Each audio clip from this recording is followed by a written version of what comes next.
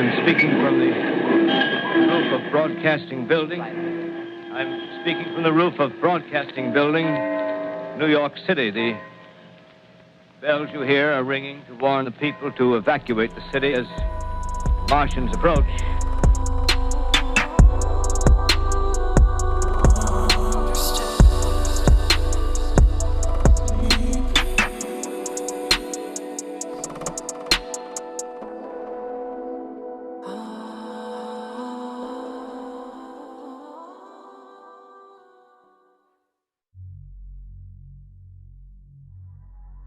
Antonio Villas Boas was a Brazilian farmer who claimed to have been abducted by extraterrestrials. His claims were among the first alien abduction stories to receive wide attention, and some skeptics today consider the abduction story to be little more than a hoax, although nonetheless he reportedly stuck to his account throughout his entire life. At the time of his abduction, he was a 23-year-old Brazilian farmer who was working at night to avoid the hot temperatures of the day. On October 16, 1957, he was plowing fields when he saw what he described as a red star in the night sky. According to his story, this star approached his position, growing in size until it became recognizable as a roughly circular or egg-shaped aerial craft, with a red light at its front and rotating cupola on the top.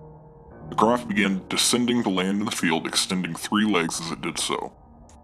At that point, he decided to run from the scene. According to him, he first attempted to leave the scene on his tractor, but when its lights and engine died after traveling only a short distance, he decided to continue on foot. However, he was seized by a 5-foot-tall humanoid who was wearing gray coveralls and a helmet. Its eyes were small and blue. Instead of speech, it made noises like barks or yelps. 3 similar beings then joined the first in subduing him, and they dragged him inside their craft. Once inside the craft, he said that he was stripped of his clothes and covered from head to toe with a strange gel. He was then led into a large semicircular room through a doorway that had strange red symbols written all over it. He claimed that he was able to memorize these symbols and later reproduce them for investigators. In this room, the beings took samples of his blood, and after this he was taken to a third room and left alone for half an hour. During this time, some kind of gas was pumped into the room which made Boas become violently ill. Shortly after this, he claimed that he was joined in the room by another humanoid. This one, however, was female, very attractive, and naked. She was the same height as the other beings he had encountered, with a small pointed chin and large blue cat-like eyes. The hair on her head was long and white, but her underarm and pubic hair were bright red. He said that he was strongly attracted to the woman, and the two had sexual intercourse. During this act, he noted the female did not kiss him, but instead nipped him on the chin. When it was all over, the female smiled at him, rubbed her belly, and gestured upwards. He took this to mean that she was going to raise their child in space.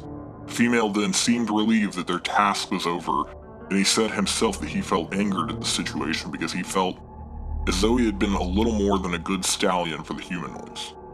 He said that he was then given back his clothing and taken on a tour of the ship by the humanoids. During this tour, he said that he attempted to take a clock-like device as proof of his encounter, but he was caught by the humanoids and prevented from doing so. He was then escorted off the ship and watched as it took off glowing brightly. When he returned home, he discovered the 4 hours had passed. Only 4 hours, wow.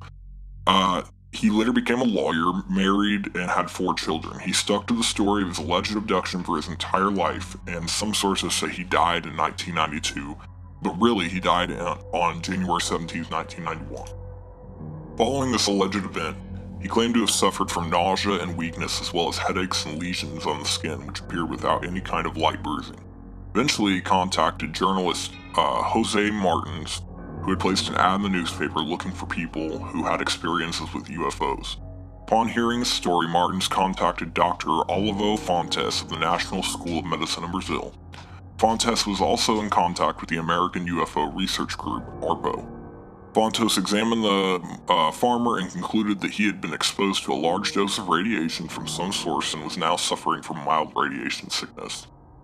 Writer Terry Bellinson states, among his symptoms were pains throughout the body, nausea, headaches, loss of appetite, ceasingly burning sensation in the eyes, cutaneous lesions of the slightest light bruising, which went on appearing for months looking like small reddish nodules harder than the skin around him and protuberant, painful when touched, each with a small central orifice, yielding a yellowish, thin, waterish discharge.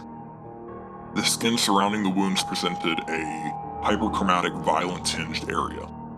According to the researcher Peter Rogerson, the story first came to light in February 1958, and the earliest definite print reference to his story was from the April-June 1962 issue of the Brazilian UFO periodical Bulletin.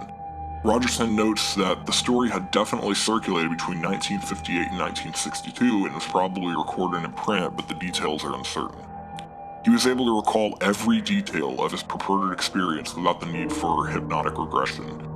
His experience occurred in 1957, which was still several years before the famous Hill abduction, which made the concept of alien abduction famous and opened the door for many other reports of similar experiences.